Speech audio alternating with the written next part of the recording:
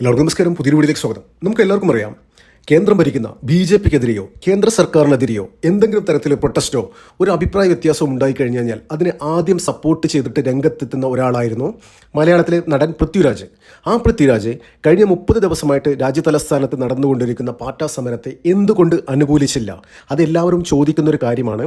അതായത് വിദ്യാഭ്യാസ മന്ത്രിയായ ധർമ്മേന്ദ്ര പ്രധാനിൻ്റെ രാജിയിലേക്ക് നയിച്ച ആ വിദ്യാർത്ഥികൾ എന്ന് പറയുന്ന CJP എന്ന് പറയുന്ന ആൾക്കാർ നടത്തിയ സമരത്തിൽ അതായത് ഒരു സപ്പോർട്ട് പോലും പൃഥ്വിരാജിൻ്റെ ഭാഗത്തുണ്ടായില്ല. അതിനെ അനുകൂലിച്ചുകൊണ്ട് ഒരു പോസ്റ്റ് പോലും പൃഥ്വിരാജിൻ്റെ ഭാഗത്തുനിന്നുണ്ടായില്ല. എന്തായിരിക്കാം അത്? മലയാളത്തിലെ ടൊവിനോ, എന്തിന് രഞ്ജിനി ഹരിദാസും ഇന്നത്തെ മഴയിൽ മുളച്ച സലീം കുമാറിൻ്റെ മകനായ ചന്തു സലീം കുമാർ വരെ ഇതിനെ അനുകൂലിച്ച് രംഗത്തെത്തിയിരുന്നു. ഈ സമരത്തെ അനുകൂലിച്ചും കേന്ദ്ര സർക്കാരിനെ കുറ്റപ്പെടുത്തിക്കൊണ്ടും, അതായത് നമ്മുടെ സൈന്യത്തെ അടക്കം അപമാനിക്കുന്ന തരത്തിലുള്ള വാക്കുകളൊക്കെ, സെൻറ്റൻസുകളൊക്കെ അവരുടെ പോസ്റ്റിൽ കുത്തി നിറച്ച് അവർ പോസ്റ്റ് ചെയ്തിരുന്നു.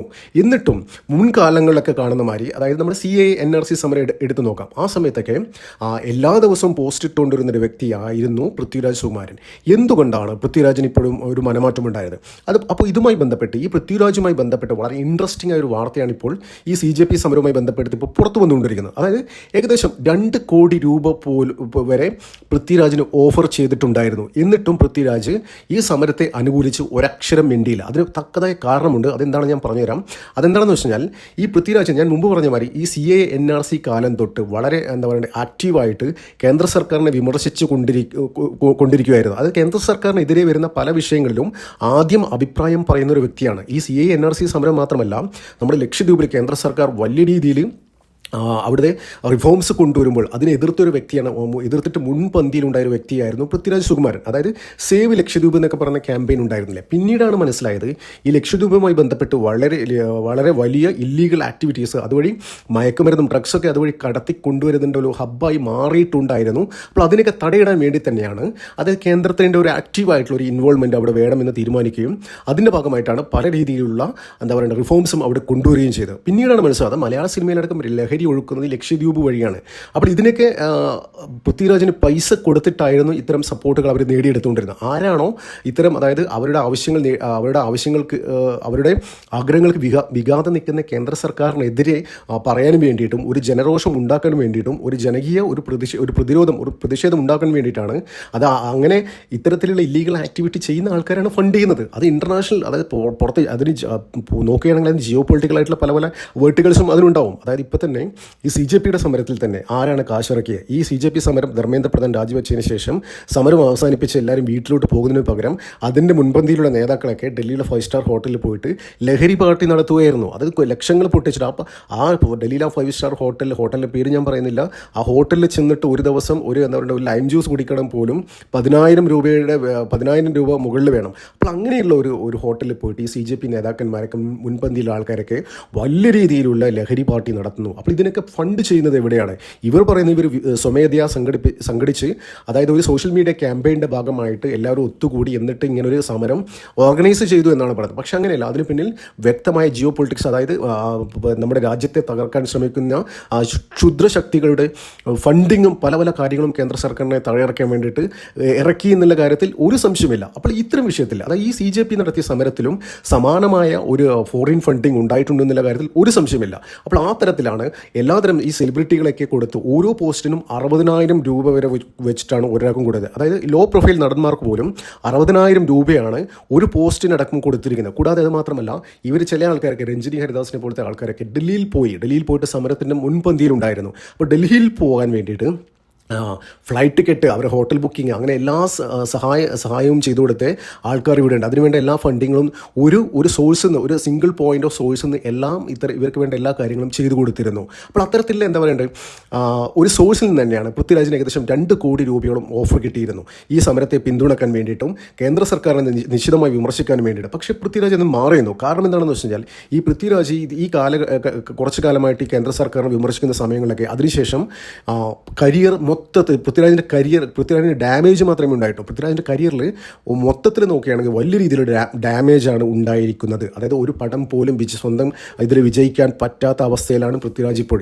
അവസാനം ഇറങ്ങിയ ഐ ആം നോബഡി എന്ന് പറയുന്ന സിനിമ പോലും തിയേറ്ററിൽ ഗംഭീരമായി പരാജയപ്പെടുന്ന ഒരു അവസ്ഥയാണ് ഉണ്ടായത്. അതായത് പൃഥ്വിരാജ് പേഴ്സണലി ഉണ്ടായ കാര്യം പോലും അതായത് ആൾക്കാർ കാണാൻ ഇഷ്ടപ്പെടുന്നില്ല. പൃഥ്വിരാജ് എന്ന് പറയുന്ന ഒരു വ്യക്തിയെ അദ്ദേഹത്തിൻ്റെ മുഖം പോലും കാണാൻ ആൾക്കാർ ഇഷ്ടപ്പെടുന്നില്ല. അത്രത്തോളം വെറുപ്പ് സമൂഹത്തിൽ പൃഥ്വിരാജ് നേടിയെടുത്തിരിക്കുന്നു. അത് ഈ ഒറ്റ കാരണം കൊണ്ട്, അതായത് ഈ ജിഹാദികളെ സപ്പോർട്ട് ചെയ്യുന്നത് കൊണ്ടും ഇത്തരം ആൻറ്റി നാഷണൽ എലമെൻസിനെ സപ്പോർട്ട് ചെയ്യുന്നതും കൊണ്ടാണ് പൃഥ്വിരാജിന് ഈ ഒരു ഗതി ഉണ്ടായത് എന്നാണ് ഇപ്പോൾ അടക്കം പറയുന്നത്. അപ്പോൾ ഈ ഒരു ഉപദേശം അതായത് സ്വന്തം അമ്മ തന്നെയാണ് കൊടുത്തിരിക്കുന്നത് എന്നുള്ള ഇപ്പോൾ ഒരു ടോക്കും ഈ ഫിലിം ഫീൽഡിൽ തന്നെ ഉണ്ട് കേട്ടോ. അതായത് ഒരക്ഷരം പോലും മിണ്ടിയില്ല ഈ പാട്ട സമരത്തെക്കുറിച്ച്.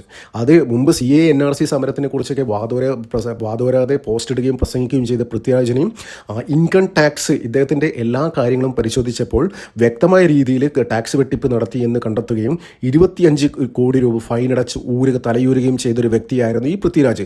അതിനുശേഷം അന്ന് തൊട്ട് ഇങ്ങോട്ട് ഒരു ഇത്തരത്തിലുള്ള ആക്ടിവിറ്റി അതായത് ഒരു പെയ്ഡ് പ്രൊമോഷൻ എന്ന രീതിയിൽ നടത്തുന്ന ഈ കലാപരിപാടി പൃഥ്വിരാജ് അവസാനിപ്പിച്ചു.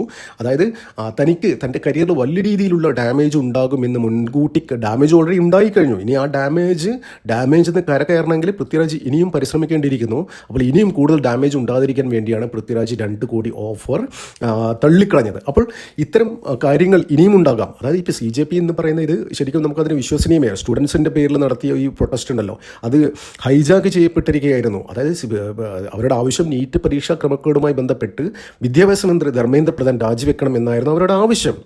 അപ്പോൾ അതിനിടയിൽ എങ്ങനെയാണ് ഈ നീറ്റും ഉമർ ഖാലിദും ആർട്ടിക്കിൾ 370യും ഇതൊക്കെ തമ്മിൽ എന്താണ് ബന്ധം? ഒരു ബന്ധമില്ല. അപ്പോൾ ഈ സമരം ഹൈജാക്ക് ചെയ്യപ്പെട്ടിരിക്കുന്നു. അതായത് ഹൈജാക്ക് ചെയ്യപ്പെട്ടു ആ സമയത്തൊക്കെ.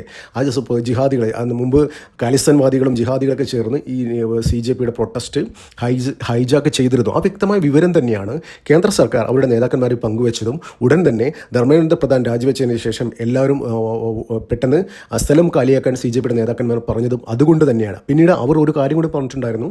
അതായത് ഇവിടെ അക്രമം കാണിച്ച ഒരാൾ പോലും, ഞങ്ങൾ വളരെ പീസ്ഫുൾ ആയിട്ടാണ് സമരം ചെയ്തുകൊണ്ടിരിക്കുന്നത്. അവരുടെ ബാനർ തന്നെ ശ്രദ്ധിച്ചാൽ മനസ്സിലാവും, പീസ്ഫുൾ പ്രൊട്ടസ്റ്റ് എന്നാണ് അവരുടെ ബാനർ തന്നെ. അപ്പോൾ അവർ വളരെ സമാധാനമായ രീതിയിലാണ് സമരം ചെയ്തതെന്നാണ് അവരുടെ നേതാക്കന്മാർ പറയുന്നത്.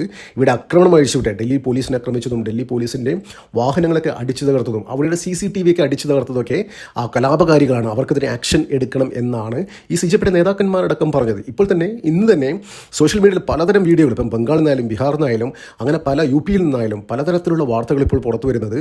അതായത് ഈ CJPയുടെ പ്രൊട്ടസ്റ്റിൻ്റെ മറവിൽ നമ്മുടെ സർക്കാരിൻ്റെ പൊതുമുതൽ അടിച്ച് നശിപ്പിക്കുകയും അതിന് ഡാമേജ് ഉണ്ടാക്കുകയും ചെയ്ത ആൾക്കാരെ ഒന്നൊന്നായി പൊക്കിക്കൊണ്ടിരിക്കുകയാണ്. അപ്പോൾ ഇനി എന്താ ഉണ്ടാകാൻ പോകുന്നത്? ഈ ബംഗാളായാലും ഗുജറാത്തായാലും ബീഹാറിലായാലും അവിടുത്തെ സർക്കാർ ഒഫീഷ്യലായി പറഞ്ഞിട്ടുണ്ട്, ഇത്തരം സർക്കാർ വസ്തുക്കൾ ഡാമേജ് നശിപ്പിക്കുകയും ചെയ്ത ആൾക്കാരെ അവരുടെ സ്വത്തുവകകൾ കണ്ടുകെട്ടുകയും അത് വിറ്റിട്ടാണെങ്കിലും ഈ ഡാമേജിന് അവരുടെ കോമ്പൻസേറ്റ് ചെയ്യുമെന്നാണ് സർക്കാർ ഒഫീഷ്യൽ പറഞ്ഞിരിക്കുകയാണ്. അപ്പോൾ ഇപ്പോൾ പ്രത്യക്ഷത്തിൽ പെട്ടിരിക്കുകയാണ്. നമ്മൾ കഴിഞ്ഞ ദിവസം തന്നെ കണ്ടിരിക്കുകയാണ്. അതായത് ഇവിടുത്തെ ദുബായിൽ വർക്ക് ചെയ്യുന്ന ഒരു മലയാളി നടത്തുന്ന ഒരു കമ്പനി, ആ കമ്പനിയിലെ ആൾക്കാരെ എംപ്ലോയീസിനെ ഏകദേശം 10-25 എംപ്ലോയീസിനെ ടിക്കറ്റും എല്ലാം ഇതും എന്താ പറയുക up and down ticket free ഒക്കെ കൊടുത്തിട്ട് ഡൽഹിയിലേക്ക് വിട്ടിരിക്കുകയാണ് സമരം ചെയ്യാൻ വേണ്ടിയിട്ട്, കേന്ദ്ര സർക്കാരിനെതിരെ സമരം ചെയ്യാൻ വേണ്ടിയിട്ട്. അപ്പോൾ ഇത്തരം ജിഹാദികളുടെ അവരുടെ മനസ്സിലിരിപ്പ് തന്നെ അതാണ്. അത് എങ്ങനെയെങ്കിലും മോഡി സർക്കാരിനെ താഴെയിറക്കുക. അവരുടെ ഉദ്ദേശം ധർമ്മേന്ദ്ര പ്രധാനെ രാജിവെപ്പിക്കലല്ല. അതായത് അവരുടെ ഈ ജിഹാദികളുടെ കലാപരിപാടികൾ ഈ നാട്ടിൽ നടക്കാത്തത് കൊണ്ട് അതിന് വിഘാതം നിൽക്കുന്ന ഒരേ ഒരാൾ ഇവിടുത്തെ കേന്ദ്ര സർക്കാരും BJPയും നരേന്ദ്രമോദിയാണ്. ആ ഒരാളെ താഴെയിറക്കാൻ വേണ്ടി തന്നെയാണ് അവർ ഏതറ്റം വരെയും പോകും. അതിൻ്റെ ഒരു തെളിവ് തന്നെയാണ് ഇപ്പോൾ കാണുന്ന നമ്മൾക്കിപ്പോൾ കണ്ടുകൊണ്ടിരിക്കുന്ന വിഷ്വൽസൊക്കെ. അപ്പോൾ എന്ത് തന്നെയായാലും ഈ സമരത്തെ പിന്തുണക്കാൻ വേണ്ടി പൃഥ്വിരാജിന് ഓഫർ ചെയ്ത 2 കോടി രൂപ ഓഫർ ചെയ്തിട്ടും പൃഥ്വിരാജ് സ്വീകരിക്കാത്തതിന് പിന്നിൽ പൃഥ്വിരാജിന് വ്യക്തമായ ബോധം ഉള്ളത് കൊണ്ട് തന്നെയാണ്. അതായത് ഇതൊരു ആൻറ്റി നാഷണൽ പ്രൊട്ടസ്റ്റായി മാറും എന്ന് പൃഥ്വിരാജിന് നല്ല ബോധ്യമുള്ളത് കൊണ്ട് തന്നെയാണ് ഈ പാട്ട സമരത്തെ പൃഥ്വിരാജ് പിന്തുണക്കാഞ്ഞത്. നന്ദി, നമസ്കാരം. മറ്റു വീഡിയോ കാണാം.